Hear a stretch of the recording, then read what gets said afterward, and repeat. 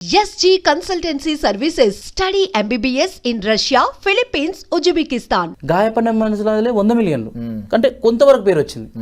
నువ్వంటే పిచ్చి కొంతవరకు వచ్చింది, అంటే ఒక 50% వచ్చింది. అల్లా ఇక బ్లాస్ట్ కానీ అన్ని 100 మిలియన్ మొత్తం ఇక అట్లా స్టెప్ బై వెళ్తూ మొత్తం ఇక వైరల్ స్టార్ట్ అయిపోయినాయి. సో అప్పుడు మనకు యూట్యూబ్ నుంచి 10 మంది అవకాశాలు రావడం, ప్రొడ్యూసర్లు రావడం, అవకాశాలు ఇవ్వడం, తర్వాత మేము ఓన్ ఛానల్ పెట్టుకోవడం, వాళ్ళ ఛానల్ గీయడం, ఇట్లా మొత్తం సినిమాలో పాడితే రాని పేరు, సినిమాలో చేస్తే రాని పేరు మాకు యూట్యూబ్లోనే వచ్చింది.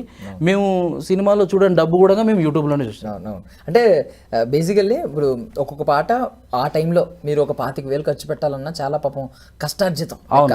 ప్రొడ్యూసర్ మీకు పెట్టే ప్రొడ్యూసర్ కూడా ఏమీ ఆశించకుండా పెట్టినట్టు లెక్క. అవును. బట్ ఇప్పుడు రిజల్ట్ చూస్తే ఐ మీన్ ఏంటి 13 కోట్లు 15 కోట్లు ఇలాంటి వ్యూస్ చూస్తున్నప్పుడు మీరు హైయెస్ట్ ఎంత వచ్చి ఉంటుందో ఒక పాటకి చెప్పండి అసలు. బేసిక్ నా పాటగా రెవెన్యూ అంటున్నా. రెవెన్యూ ఒక్క పాటకు నాకు తెలిసి 1,80,00,000. ఎంత ఖర్చు పెట్టుంటారు దానికి? మా అంటే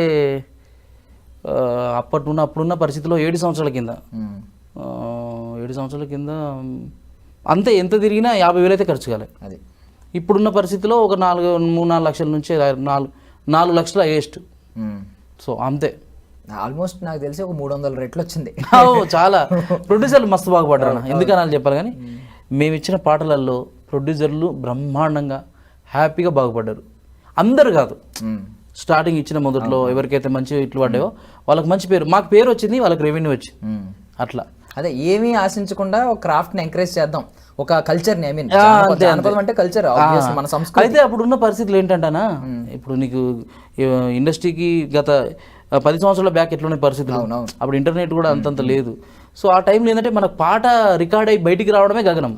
సో ఆ టైంలో అవకాశమే ప్రధానం కాబట్టి ఏది ఇచ్చినా తీసుకొని ఇట్లా కళ్ళకు అద్దుకొని తీసుకున్నట్టు అయిపోయింది అప్పుడు పరిస్థితులు. సో ఆ టైంలో ఇచ్చినవన్నీ మైల్ స్టోన్సే. అట్లా ఆ పాటలు వర్కౌట్ అవ్వడం, వాళ్ళకి మంచి రెవెన్యూ రావడం, ఇక అది వాళ్ళు కూడా మనకు పెద్ద ఎత్తున కాకుండా సరే అనుకున్న రెమ్యునేషన్ అయితే ఇచ్చారు. ఎక్కడ ఇబ్బంది పెట్టలేదు.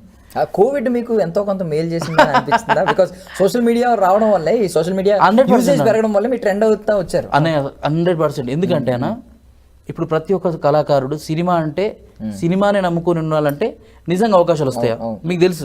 ఇక్కడ వచ్చిన ప్రతి ఒక్కరు ఏ కథ పట్టుకోనో, ఏ ఒక్క హీరో అవుదామని చెప్పేసో, ఒక కామెడీ ఏదైనా ప్రతి ఒక్కరు వచ్చేవాళ్ళే. సో అందరికీ సినిమానే వేదిక కాదు కదా. సో ఈ సోషల్ మీడియా ఉండడం, ఈ యూట్యూబ్ ఉండడం చాలా ప్లేస్. ఎందుకంటే ఆ సినిమా అనేది లాంగ్ పీరియడ్, ఎప్పుడు జరుగుతుందో తెలియదు. సో దానికోసం వెయిట్ చేయాలి. సో ఈ సోషల్ మీడియా ఏంటంటే ఓవర్ నైట్లో స్టార్ కావచ్చు. సో ఇది అందరికీ షార్ట్ టైంలో ఏ బ్యాక్గ్రౌండ్ అవసరం లేదు, ఏ ప్లే ఏది అవసరం లేదు. సో మనకు టాలెంట్ ఉంటే దానికి కూడా కొంచెం ఆవగించేంత అదృష్టం ఉంటే ఖచ్చితంగా ఇందులో మంచి సక్సెస్ చూడొచ్చు. Okay. So basically I mean 10 ఏళ్ల క్రితం అన్నారు. ఐ మీన్ మీరు ఏదైనా ఈ టైంలో ఇప్పుడు మిమ్మల్ని అయిపోయి ఫోక్ సింగర్ రాము గారు అంటే అందరూ గుర్తుపడతారు. ఈ పాట చూసిన వాళ్ళు మేము బయట కనిపిస్తే ఏ అన్న ఎలా ఉన్నావు అని చెప్పి మాట్లాడుతూ ఉంటారు. ఈవెన్ మీ బ్రదర్ బుల్లెట్ బండి లక్ష్మణ్ కూడా, ఆయన కూడా సూపర్ ఫేమస్ అయిపోయారు. బట్ ఏదైనా ఇండస్ట్రీ స్టార్టింగ్ లో వచ్చినప్పుడు బికాస్ మీరు పట్టుకున్నది జానపదం అనేది మన సంస్కృతి, మనకు అదొక ఆస్తి అని ఫీల్ అవుతాం బేసికల్లీ. బట్ దాన్ని ఆదరించే రోజులైతే ఇప్పుడు వస్తున్నాయి, కానీ అప్పుడు లేవు. అందరూ ఆదరించేవారు కాదు, ఒక పర్టికులర్ టేస్ట్ ఉన్న వాళ్ళు మాత్రమే. సో ఏమన్నా అవమానాలు ఎందుకు ఇది అని చెప్పి మీ ఎదురుగుండా అనడం, వద్దు దీనికి అంత ఏం రాదు అని చెప్పి మిమ్మల్ని కొంచెం రిజెక్ట్ చేసినట్లు, ఇలాంటి ఏమన్నా అవమానాలు ఎదుర్కొన్నారు? సినిమా పరంగా చాలా అవమానాలు అన్న. ఎందుకంటే మేము చాలా పెద్దలకు తెలుసు, ఈ ఇంటర్వ్యూ చూస్తున్న ప్రతి ఒక్కరికి చాలా పెద్ద వాళ్ళకి మేము తెలుసు. వాళ్ళకు మేమిద్దరం కూర్చొని టేబుల్ మీద పాటలు వినిపించిన సందర్భాలు చాలా పెద్ద స్టార్ డైరెక్టర్లకు. సో సరే ఆ టైంలో అంటే మనం చిన్నగా అనిపించినాం. సో నమ్మే అవకాశం ఇవ్వలేదు. సో ఇప్పటికైనా మనం ఇంత పెద్ద ఇన్ని మిలియన్స్ ఆఫ్ ఇన్ని మైల్ స్టోన్స్ దాటుకొని పోతున్నప్పటికి కూడా ఇంకా ఇప్పటికీ అదే సిచ్యువేషన్ ఉంది. సో ప్రజల పరంగా, యూట్యూబ్ పరంగా మాకు మంచిగానే ఉంది, కానీ సినిమా పరంగా అవకాశాలు అనేది చాలా ఇబ్బందిగానే ఉంది. ఇప్పటికీ అలాగనే ఉంది. బట్ మీరు పాడిన పాటల్ని, బాగా సూపర్ హిట్ అయిన కొన్ని పాటల్ని వాళ్ళు రీమిక్స్ చేసి వాడుకుంటున్నారు. అవును, అడిగిరు రైట్స్ అడిగి వాడుకున్నారు. ఓకే, అలా పాత పాటను రీమిక్స్ చేసుకునే బదులు ఒక కొత్త ఒరిజినల్ ఫోక్ సాంగ్ ని ఎంకరేజ్ చేసి మా సినిమాలో ఒక పాట ఫోక్ సాంగ్ పెడతాం అని ఎంకరేజ్ చేస్తుంటే ఇంకా బాగుండేది కదా. ఈ ఆలోచన మీకుంది నాకుందన్న, కానీ వాళ్ళకుంటే నేను 100% చేయడానికి సిద్ధంగా ఉన్నా. నాట్ ఓన్లీ లవ్ సాంగ్, నేను మాస్ సాంగ్ అని ఇవ్వగలను, ఐటెం సాంగ్ అని ఇవ్వగలను, ఎనీ టైప్ ఆఫ్ సాంగ్ నేను ట్యూన్ చేసి ఇవ్వగలను.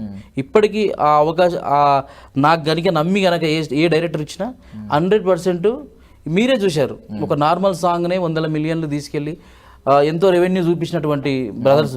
అంటే ఇదేదో గొప్పగా చెప్పట్లేదు. సో సినిమా కనుక మాకు నమ్మిస్తే 100% మేము ప్రూవ్ చేసుకుంటాం.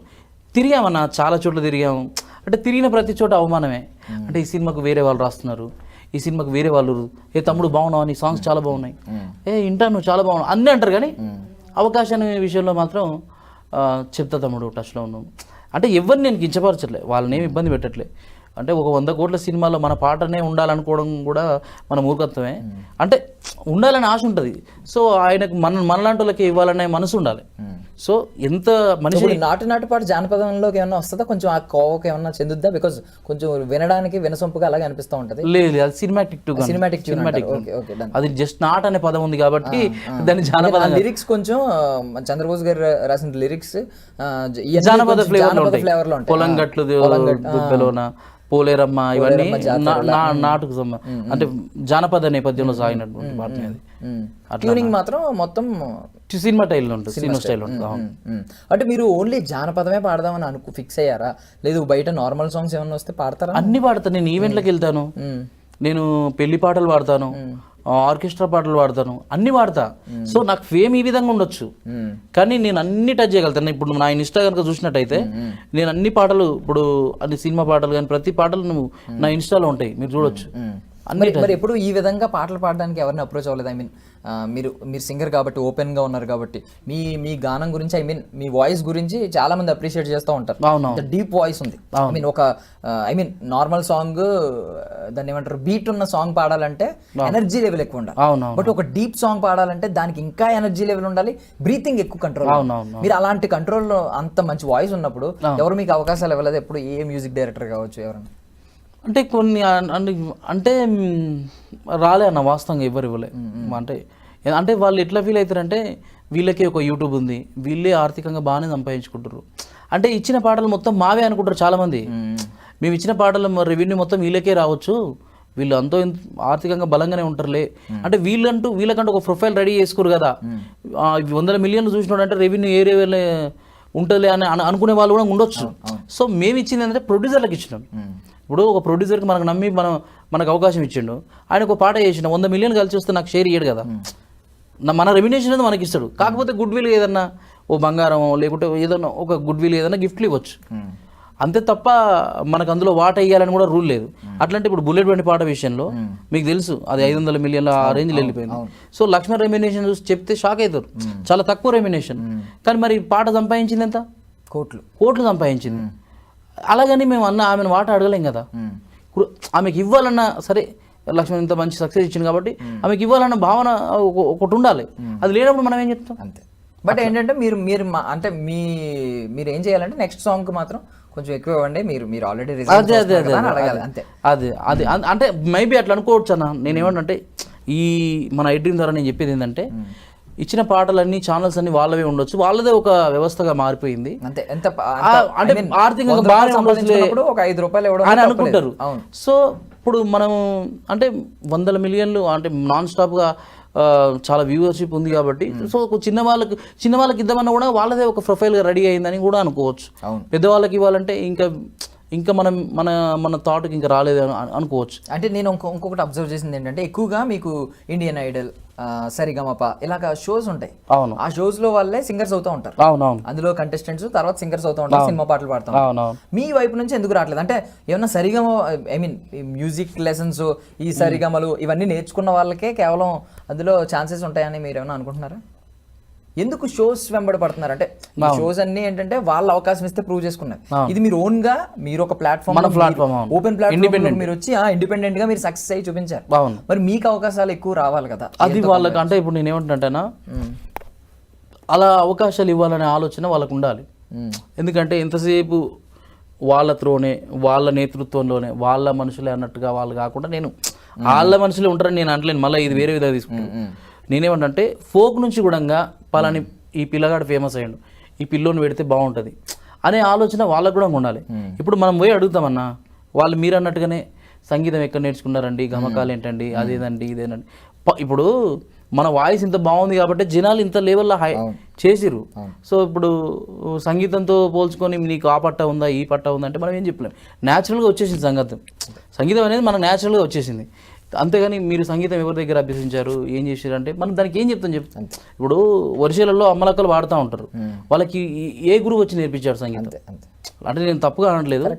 సో మనం వచ్చింది ఒక మట్టి, ఒక మామూలు గ్రామం నుండి, ఒక మధ్యతరగతి కుటుంబం నుంచి వచ్చినట్టు సంగీతం ఆ సరిగమలు అన్ని సృష్టించినోడికి ఎవరు చెప్పారు, ఎవరు చెప్పలేదు. ఓపెన్ అది మీరు ఒరిజినల్ గా చూసుకున్నా ఈవెన్ మార్క్ జుకర్బర్గ్ మనోడేమి చదివేసి నేను అదే అంటున్నా, లెజెండ్స్ ఎవరు కోర్స్ చేయలేదు, నా దృష్టిలో. సో అలాగని నేను చేయొద్దు అంటలేను. సో మాలాంటి వాళ్ళని కూడా గుర్తించండి. నేను మన మీడియా ద్వారా నేను ఏం చెప్తానంటే ఒరిజినాలిటీని కూడా గుర్తించండి. ఇప్పుడు మీరందరూ నేర్చుకొని ఉండొచ్చు, సో మనం నేర్చుకోకపోవచ్చు. సో ఈ మట్టి వాసనను కూడా గుర్తించుకోండి. ఇప్పుడు ప్రస్తుతం వెళ్తున్నది జానపదమే కదా, మట్టి వాసనే కదా. సో దాన్ని కూడా దాని సెక్షన్ ఇప్పుడు మీరు 90 మందికి వాళ్ళకి అవకాశం ఇచ్చారు, 10 మంది వీళ్ళకి ఇవ్వండి. వీళ్ళు కూడా బాగుపడతారు, వాళ్ళు బాగుపడతారు కదా. ఇది పాటే అది పాటే అందరి అన్ని వినసొంపివే కదా. సో ఇవ్వాలన్న ఆలోచన గొప్పగా ఉండాలన్న. నేను ఏమంటే ఏ స్టార్ డైరెక్టర్ అయినా, ఏ మీడియా అయినా, ఏ రంగం అయినా ఒక కళాకారునికి నమ్మి ఇవ్వాలన్న ఆలోచన ఉండాలి. ఇప్పుడు మనం వెళ్తాం, చూద్దామమ్మా చెప్దామమ్మా అంటే ఎట్లా పోబుద్ది అవుతుంది, ఎట్లా జరుగుతుంది. ఇప్పుడు హిందీ సింగర్స్ ని కొంతమందిని తీసుకొచ్చి ఫోక్ సాంగ్స్ పాడిస్తున్నారు. ఎప్పటి నుంచో ఇది ట్రెండ్ ఉంది. బట్ తెలుగు వాళ్ళని మాత్రం ఎప్పుడు సినిమాల్లో నేను ఒరిజినల్ ఫోక్ సాంగ్ పెట్టి చూడలేదు. నాకు తెలిసి ఆ సినిమాలో నువ్వు పక్కనుంటే బాగుంటే అదేమన్నా కొంచెం ఫోక్ సాంగ్ లోకి వస్తుందేమో, వినసొంపు కాలమెట్టి కారమెట్టి పెట్టిన కమ్మగుంట, కత్తి పెట్టి గుచ్చిన సమ్మగుంట, మేబీ అది కొంచెం ఫోక్ కేటగిరీలోకి వస్తుందేమో. నేను ఎక్కువ చూడలేదు ఫోక్ సాంగ్స్, అయితే రీమిక్స్లు చూసాను తప్ప సాంగ్స్. అంటే మీరు అన్నట్టుగా ఒక విధంగా యూట్యూబ్ పరంగా బిజీ ఉన్నామన్నా, సినిమాల పరంగా లేవు. సినిమాలు రావాలన్న ఆలోచనలతో అయితే ఉన్నాం మేము అవకాశాలు. అలాగని ఆఫీసుల చుట్టూ వెళ్ళట్లేదు అని కాదు, కానీ అంటే బాగా తిరిగి ఉన్నాం. సో ఈ తరుణంలో మా టైం వేస్ట్ కాకుండా మేము ఇండిపెండెంట్ ఆల్బమ్స్ చేసుకుంటూనే ఉన్నాం, దాని హిట్ అయితేనే ఉన్నాయి. సో ఏమైపోయిందంటే సినిమాకి ఇచ్చినా యూట్యూబ్కి రావాలి, అక్కడ ఇచ్చినా యూట్యూబ్కి రావాలి. మన పాట జనాల్లోకి వెళ్తే చాలు అన్నదాకా వెళ్ళిపోయారు. అది సినిమాల వస్తేనే పాటనా లేకుంటే లేదన్నంత నార్మల్ కళాకారుడు అట్లా ఊహించుకుంటుండు. సో మన పాట హిట్ అయితే చాలు. ఇప్పుడు రాను బొంబాయికి రాను ఒక పాట సినిమా కాదు, సూపర్ 200 చిల్లర పోయింది.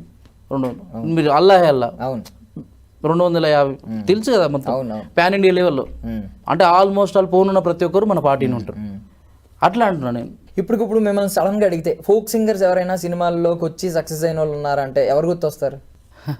మన చెల్లె పాడింది కదా స్వామి మౌనికయ్య, ఆమె ఒక పాట పాడింది, తర్వాత లక్ష్మి పాడింది. అదే అంటున్నా, ఇప్పుడు ఒక్క పాట పాడుంది చెల్లెలు, సూపర్ 100% నెక్స్ట్ లెవెల్ హిట్ అది పాట. సో ఇంకా తర్వాత అవకాశాలు అనేది నేను వాళ్ళిద్దరిని అయితే చూడలేదు ప్రస్తుతం అయితే. అంటే ఇప్పుడు జానపదం మీద మీకు ఎందుకు అంత ప్రేమ? అంటే మన తాతల తరం నుంచి వస్తుంది మన ఆస్తి అనే భావన ఏంటి, లేదంటే జస్ట్ మీకు సంగీతం మీద ప్రేమేనా, జానపదం మీద ఏమైనా స్పెషల్ లవ్ ఏమైనా ఉందా? అలా ఏం లేదన్నా. అంటే మన పుట్టిన నేపథ్యం కావచ్చు, మనం పెరుగుతున్న వాతావరణం కావచ్చు.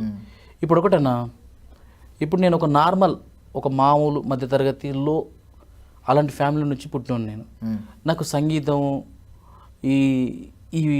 ఈ సరిగమపాలు ఇవన్నీ నాకు నా తాత ఆ వాయిద్యుడు కాదు, నా